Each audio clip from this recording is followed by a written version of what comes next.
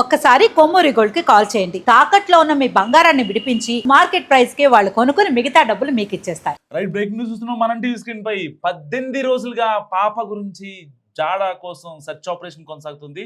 ఇలాంటి నేపథ్యంలో ఇప్పటికే విజయవాడ నుంచి డిఐజీ ఆఫీస్ నుంచి ఒక సపరేట్ టెక్నికల్ బృందం స్పాట్కి వెళ్ళింది. సో సిహెచ్ అగ్రహారంలో ఇప్పటి వరకు జరిగినటువంటి ఒక ఒక ట్రాన్స్పరెంట్ ఎంక్వైరీని పిన్ టు పిన్ మళ్ళీ క్రాస్ చెక్ చేశారు. సో దీనికి సంబంధించి వాళ్ళు చెప్పినటువంటి విషయం ఏంటంటే, జీడి పిక్కలు ఏదైతే అక్కడ ఏరుకునే వాళ్ళు ఉంటారో వాళ్ళు మాత్రమే కిడ్నాప్ చేసి ఉంటారనేది దీనికి సంబంధించిన అనుమానం. సో ఒక రకమైన బిగ్ ట్విస్ట్ చోటు చేసుకుంది చిన్నారి జ్ఞానేశ్వరి మిస్సింగ్ ఘటనలో.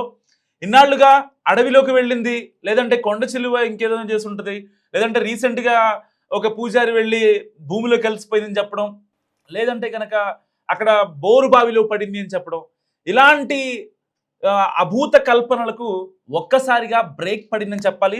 విజయవాడ నుంచి వెళ్ళిన డిఐజీ టీం ఎవరైతే ఉన్నారో ఆ టెక్నికల్ టీం ఇంకా ఫారెన్సిక్ టీం ఇప్పటిదాకా ఈ కేసులో ఉన్న క్లూస్ని, ఆ పాప మిస్సింగ్ అయినటువంటి సీసీటీవీ ఫుటేజ్ కావచ్చు, అండ్ ఆ ఇన్సిడెంట్ జరిగిన తర్వాత, మిస్సింగ్ జరిగిన తర్వాత సరిగ్గా 2 గంటల తర్వాత ఏదైతే ఊర్లో వినాయకుడి గుడి దగ్గర ఆ కుక్క అదృశ్యం అవడం. సో ఇవన్నీ కూడా మొత్తం వాళ్ళు అంటే డాట్స్ కనెక్ట్ చేసుకొని ఒక రకమైన అంటే ఒక ట్రాన్స్పరెంట్ ఎంక్వైరీ చేసినటువంటి తీరు, ఇటు అటవీ శాఖ కావచ్చు, ఇటు పోలీసులు కావచ్చు, ఇటు NDRF, SDRF, local revenue department అందరి దగ్గర నుంచి ఒక ప్రాపర్ రిపోర్ట్ తీసుకొని వెళ్ళింది. సో దీనికి సంబంధించి ఎట్టి పరిస్థితుల్లో ఇక్కడ పాప అడవిలోకి వెళ్ళింది అనడానికి ఛాన్స్ లేదు అని చెప్పి వాళ్ళు చాలా కరాఖండిగా చెప్తున్న పరిస్థితి.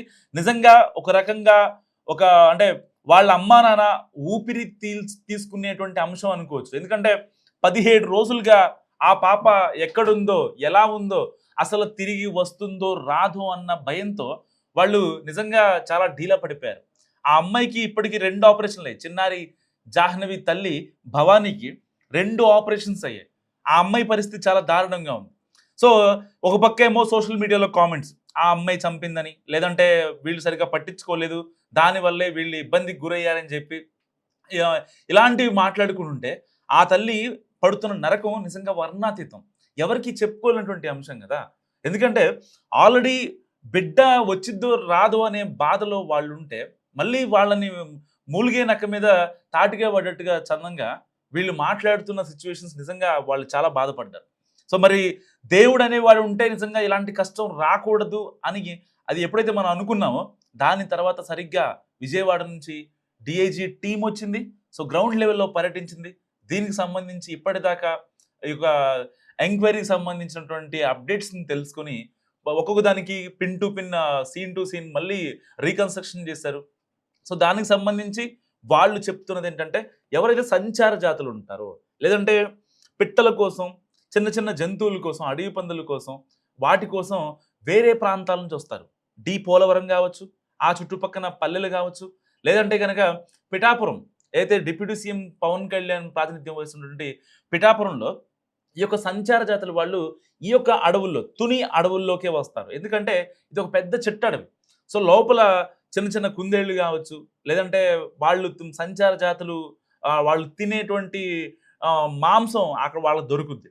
సో అక్కడికి వెళ్ళిన తర్వాత వాళ్ళు ఆ పిట్టలనో లేకపోతే ఆ జంతువులనో వాటిని వేటాడి అక్కడే వాళ్ళు తెచ్చుకున్న మద్యాన్ని సేవించేసి అక్కడే కాసేపు గడిపేసి వెళ్ళిపోతారు. సో అంటే ఇది కొంచెం వినటానికి ఆడ్గా అనిపించినా వాళ్ళు నిత్యం చేసేది అదే.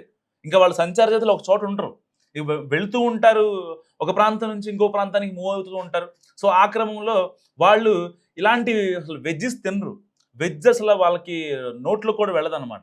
వాళ్ళకి కావాల్సిందల్లా ఎలకలు, లేకపోతే తొండలు, లేకపోతే ఉడతలు, ఇలాంటివి మాత్రమే వాళ్ళు తింటారు.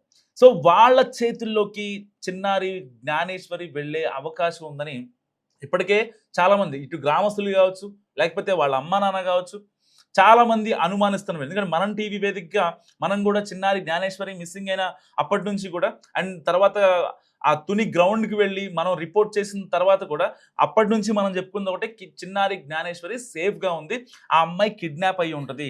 సో ఎవరు కూడా అంటే తెలియని వాళ్ళు, లేకపోతే అది ఊళ్ళో వాళ్ళ, లేకపోతే సంచార జాతులు అని చెప్పి మాట్లాడుకున్నాం. కానీ ఇప్పుడు విజయవాడ నుంచి వచ్చిన డిఐజీ టీం చెప్తుంది మాత్రం ఒకటే, సంచార జాతులు తీసుకువెళ్ళే అవకాశం ఉందని వాళ్ళు చాలా కరాఖండిగా చెప్తున్న నేపథ్యం. సో ఇప్పటిదాకా ఆ పాప అడవిలోకి వెళ్ళిందనో, లేదంటే ఇంకెవరో అంటే గొడవ ఉన్న వాళ్ళు అపహరించారనో, లేదు ఇంకాస్త ముందుకెళ్ళి ఆ పక్కనే ఉన్న చెరువులో పడిపోయిందనో, అసలు చెరువులో పట్టానికో, లేకపోతే అక్కడ ఉన్న బోరుబావిలో పట్టానికో, లేదంటే అడవిలోకి వెళ్ళటానికో, కొండ చెరువు బారిన పట్టానికో, అసలు అది అంత పెద్ద అంటే కారడవి కాదు, జస్ట్ చిట్టడవి.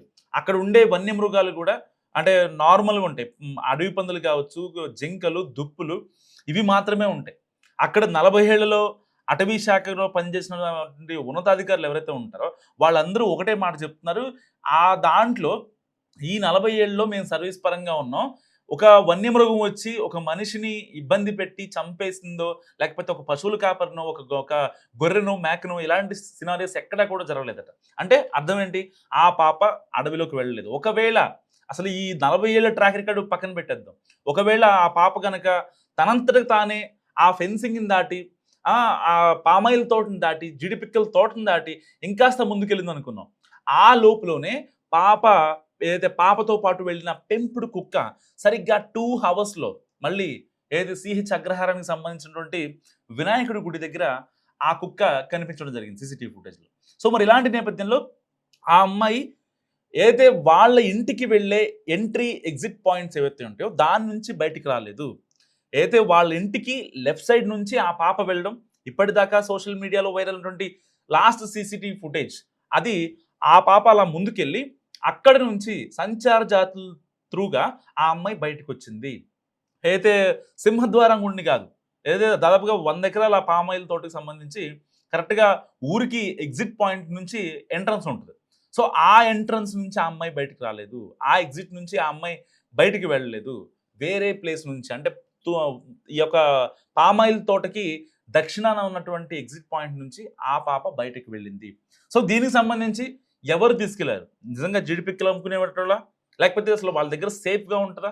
సో దానికి సంబంధించి 4800 కాల్స్ మీరు చేశారు. సరిగ్గా జూన్ 6 శనివారం 11 గంటల నుంచి 12 గంటల వరకు ఎవరైతే ఆ పాప మిస్ అయినటువంటి రేంజ్‌లో దాదాపుగా 7 సెల్ ఫోన్ టవర్స్ ఉన్నాయి.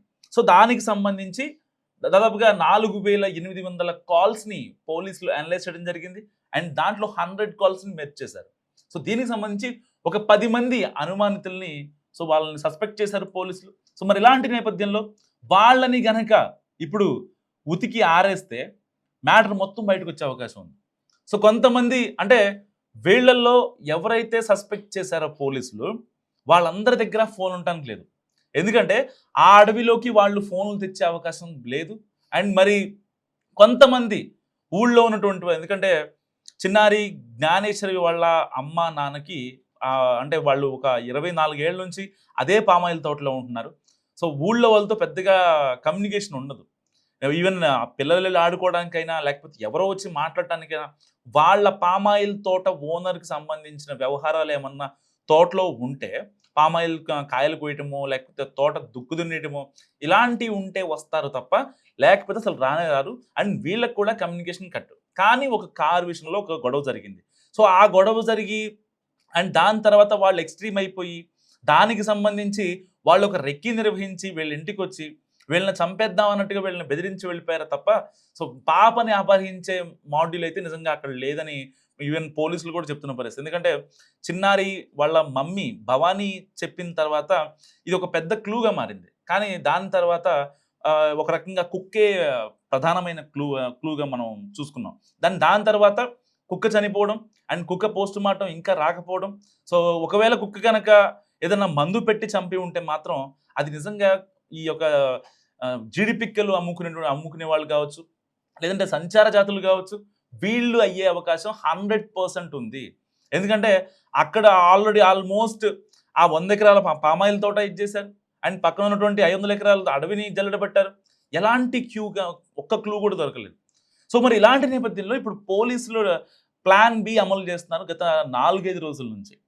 మరి ఇప్పుడు డిఐజీ టీం ఏమో లేదు, వీళ్ళ యొక్క ఇచ్చిన ఎంక్వైరీని లేకపోతే వాళ్ళు ఇచ్చిన కాల్స్ని కావచ్చు, సీసీటీవీ ఫుటేజ్ కావచ్చు, వీళ్ళ స్టేట్మెంట్స్ కావచ్చు, లేకపోతే ఊళ్ళో గ్రామస్తులతో ఎవరైతే ప్రత్యక్ష సాక్షి చెప్పినటువంటి ఆ మాడ్యూల్ని మొత్తం చూసిన తర్వాత ఇది కేవలం సంచార జాతుల పని. ఎందుకంటే ఎవిడెన్సెస్ అసలు లేవు. అసలు అంటే 1% కూడా ప్రాపర్ ఎవిడెన్స్ ఈ కేసులో ఎలాంటిది కూడా లేదు. అంటే ఒక రకంగా అంతా దేవుడిపైనే భారం వేశారు. ఇటు కుక్క పోస్ట్ మార్టం విషయానికి వస్తే కూడా ఆ కుక్క పోస్ట్ మార్టం వచ్చిన తర్వాత ఒకవేళ ఏదైనా మందు పెట్టారా లేకపోతే ఇంకేమైనా చేశారా అనే విషయాలు తెలియాలి. కానీ ఈ విషయంలో చిన్నారి మిస్సింగ్ అయ్యి ఆ అమ్మాయి లోపలికి వెళ్ళి అడవి లోపలికి వెళ్ళిందా లేకపోతే బయటకు వచ్చిందా అనేది లేదు. కానీ మనం కొద్ది రోజులుగా మాట్లాడుకుంటుంది ఏంటి, కొన్ని డాట్స్ కనెక్ట్ చేస్తుంది. ఎందుకంటే ఒక 2.5 years అమ్మాయి, చిన్నారి, అమ్మాయి అయినా అబ్బాయి అయినా, సో ఆ 2.5 ఏళ్ల చిన్నారి ఎవరైతే ఉంటారో అసలు అంత దూరం వెళ్ళే అవకాశం ఉండదు. ఎందుకంటే ఆ అమ్మాయి కేవలం వాళ్ళ ఇంటికి సరౌండింగ్స్లో మహా అయితే ఒక 20 meters రేడియస్లో మాత్రమే ఆ అమ్మాయి ఆడుకునే అవకాశం ఉంటుంది. ఈవెన్ వాళ్ళ అమ్మ కూడా అదే చెప్పింది మనం టీవీ టీం అడిగినప్పుడు. సో మరి ఇలాంటి నేపథ్యంలో ఆ అమ్మాయి ఒక్కటే వెళ్ళే అవకాశం లేదు. సో ఒకవేళ ఎవరన్నా తెలిసిన వాళ్ళు చాక్లెటో బిస్కెటో ఆఫర్ చేస్తే అలా వెళ్ళే అవకాశం ఉంటుందేమో, కానీ ఆ అమ్మాయి ఒక్కటే వెళ్ళిపోయే అంత అవకాశం లేదు. ఎందుకంటే అక్కడ ప్రత్యక్ష సాక్షి వాళ్ళ అమ్మకి వాళ్ళ నాన్నకి చెప్పింది ఏంటంటే మీ పాప మీ ఇంట్లో ఉందా ఒకసారి క్రాస్ చెక్ చేసుకోండి సో అని చెప్పారు. అండ్ దాని తర్వాత అతను అక్కడ నుంచి స్పాట్ నుంచి వెళ్ళిపోవడం, అండ్ అతను వెళ్ళిపోయిన తర్వాత కుక్క కూడా వెళ్ళిపోవడం. ఏదైతే మీరు చూస్తున్నారో మనం టీవీ స్క్రీన్ పైన ఒక బండి వెనకాల ఆ కుక్క కూడా వెళ్తూ ఉంటుంది. సో ఆ వేలోనే కుక్క వచ్చి ఈ యొక్క సిహెచ్ అగ్రహారం సంబంధించి ఆ గ్రామం దగ్గర ఉన్నటువంటి నడి బొడ్డున ఒక వినాయకుడి గుడి ఉంటుంది. ఆ వినాయకుడి గుడి దగ్గర ఆ కుక్క మళ్ళీ కనిపించడం జరిగింది. సో మరి అంటే ఇన్ని డాట్స్ మనం కనెక్ట్ చేసుకుంటే ఎక్కడ కూడా పాప అసలు ఇక లేదో ఇక రాదో అనే భావన నిజంగా ఎవరికి కలగదు ఎంటైర్ అంటే ఈ స్టోరీ విన్న వాళ్ళకి. సో మరి పాప కిడ్నాప్ జరిగింది కానీ పాప సేఫ్గా ఉంది. ఒకవేళ సంచార జాతులు ఏంటంటే వాళ్ళకి ఎవరన్నా పిల్లలు లేకపోతేనో బాగుంది కదా పెంచుకుందాం, మనతో పాటు తీసుకెళ్ళిపోదాం అనే భావనలో ఉంటారు. సో వాళ్ళు చిన్నపిల్లలకి హామ్ చేసిన సంఘటనలు అంటే పోలీసులతో మాట్లాడితే చెప్పింది ఏంటంటే ఈ జీడిపిక్కలు అమ్ముకునే వాళ్ళైనా సంచార జాతులైనా వాళ్ళు చిన్నపిల్లల్ని చాలా ప్రేమగా చూసుకుంటారు. అంటే వాళ్ళకి ఏం కావాలో ఇస్తారు. అండ్ మరి ఈ పాప 2.5 ఏళ్ల పాప మరి వాళ్ళతో ఎమ్మడగలదా, లేదంటే కనుక అంటే వాళ్ళు ఏదన్నా ఇబ్బంది పెట్టే అవకాశం ఉందా, అసలు వాళ్ళ చేతుల్లో చిన్నారి సేఫా కాదా అనే భావన ఇప్పుడు చాలా మందిలో కలుగుతుంది. మరి డిఐజీ ఇన్ఫర్మేషన్ ప్రకారం సో ఈ పాప చిన్నారి ఎవరైతే ఉందో ఈ అమ్మాయి ఇటు జీడిపిక్కలు అమ్ముకునే వాళ్ళ లేకపోతే ఇటు సంచార చేతుల్లోకి వెళ్ళిందా అనే విషయం మరి కాసేపట్లో తేలాల్సి ఉంది. అండ్ దీనికి సంబంధించి తాజా సీసీటీవీ ఫుటేజ్ ప్రకారం సో పాప ఎక్కువ దూరం వెళ్ళలేదు, అడవిలోకి అసలు వెళ్ళలేదు అనేది చాలా క్రిస్టల్ క్లియర్గా మనకు అర్థమవుతున్న విషయం. మరి ఇలాంటి నేపథ్యంలో పాప ఎక్కడుంది, ఏమైపోయిందని మీరు అనుకుంటున్నారు మస్ట్ కామెంట్ చేయండి.